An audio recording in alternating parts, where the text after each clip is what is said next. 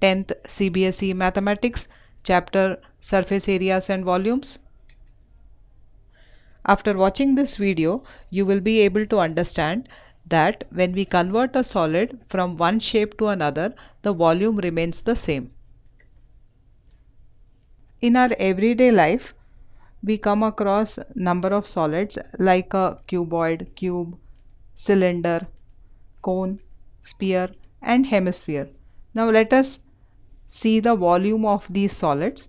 If L is the length and B is the breadth and H is the height of the cuboid, then the volume of the cuboid will be given by L into B into H. If A is one side of the cube, then volume is equal to A cube, because in a cube we know all the sides are equal. Now if R is the radius of the cylinder, H is the height, then the volume of the cylinder will be given by pi r square h. If the cone has radius r and the height of the cone is h, then the volume of the cone will be given by 1 by 3 pi r square h. If r is the radius of the sphere, then the volume of the sphere will be given by 4 by 3 pi r cube. Now we know hemisphere is always half of the sphere. So if the radius of the hemisphere is r, then the volume is equal to 2 by 3 pi r cube. Let us make a candle in the shape of the cuboid. For this, let us take a candle which is in the shape of a cylinder.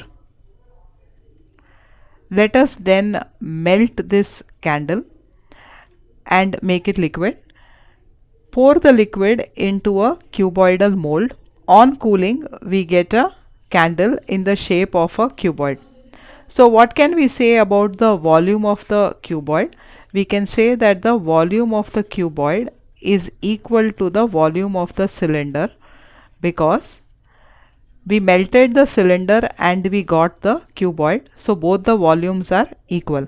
We can also say that the volume of the new solid is equal to the volume of the original solid that we started with.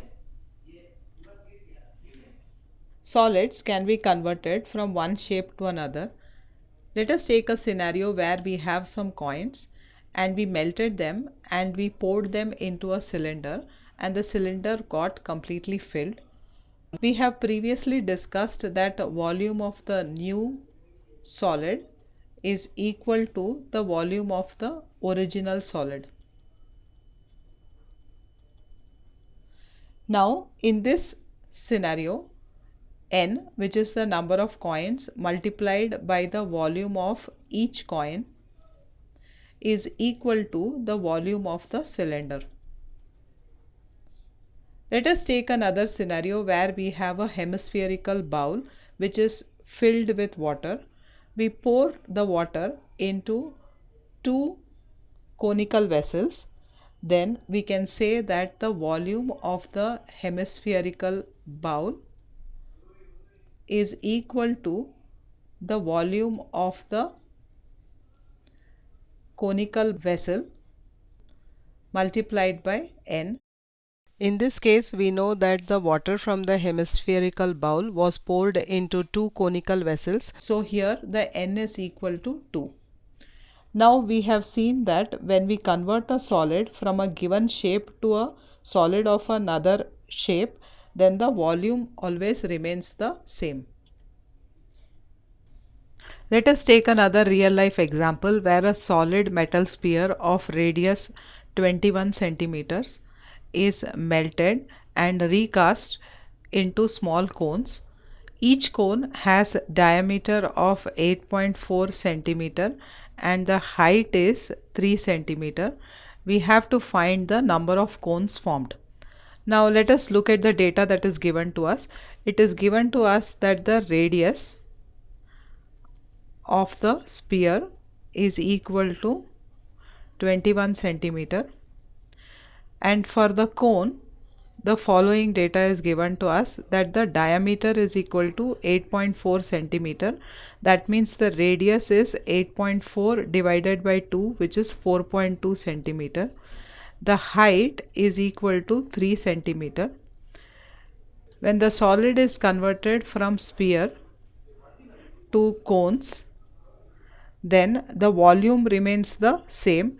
So the volume of the sphere is equal to n, the number of cones, multiplied by the volume of the cone. Now volume of the sphere is given by the formula 4 by 3 pi r cube, and the volume of the cone is given by the formula 1 by 3 pi r square h. Now let us substitute the values. We get 4 by 3 into pi into r cube can be written as 21 into 21 into 21 equal to n into 1 by 3 into pi into r square is written as 4.2 into 4.2 into 3. We did not substitute the value of pi because we can cancel it from both the sides of the equation.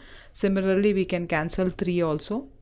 Let us now write this as n equal to 4 into 21 into 21 into 21 divided by 4.2 into 4.2 into 3. Let us remove the decimal points. So we'll have to multiply the numerator by 100. So we have 4 into 21 into 21 into 21 into 100 divided by 42 into 42 into 3. So simplifying this, we get n as equal to, or the number of cones equal to 700. 700 cones can be formed by melting the sphere. Let us take a real life example where the rainwater from a roof 20 meter by 11 meter drains into a cylindrical vessel having diameter of base 2 meter and height 2.8 meter. If the vessel is just full, then we have to find the rainfall in centimeters. Let us see the data that is given to us. The length of the roof is given to us as 20 meter. The breadth of the roof is given to us as 11 meters. We have to find the rainfall in centimeters. So let us first assume that the rainfall is equal to x centimeters. Let us find the volume of water on the roof. The volume of water will be given by length into breadth into the height of the rainfall. Now we know the length as 20, we know the breadth as 11 meters. The height of the rainfall is in centimeters, so let us convert it into meters. So we write this as x by 100. Now let us simplify this. So we get 11x by 5. For the cylindrical vessel, we have been given the data that the diameter of the base is equal to 2 meters. That means the radius is equal to 2 by 2, that is equal to 1 meter. The height is given to us as 2.8 meters. Now let us find the volume of the cylindrical vessel.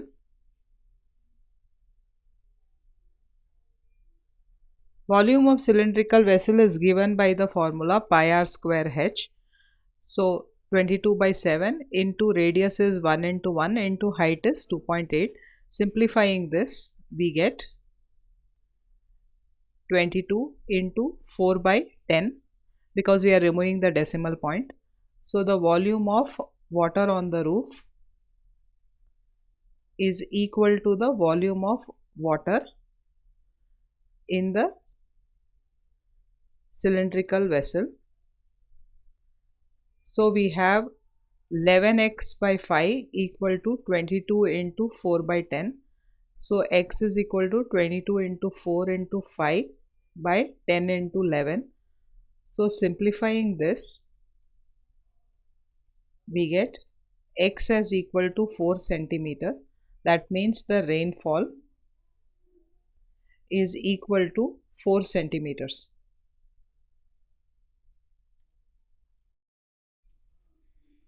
In this video, we have learned that when we convert a solid from one shape to another, the volume remains the same.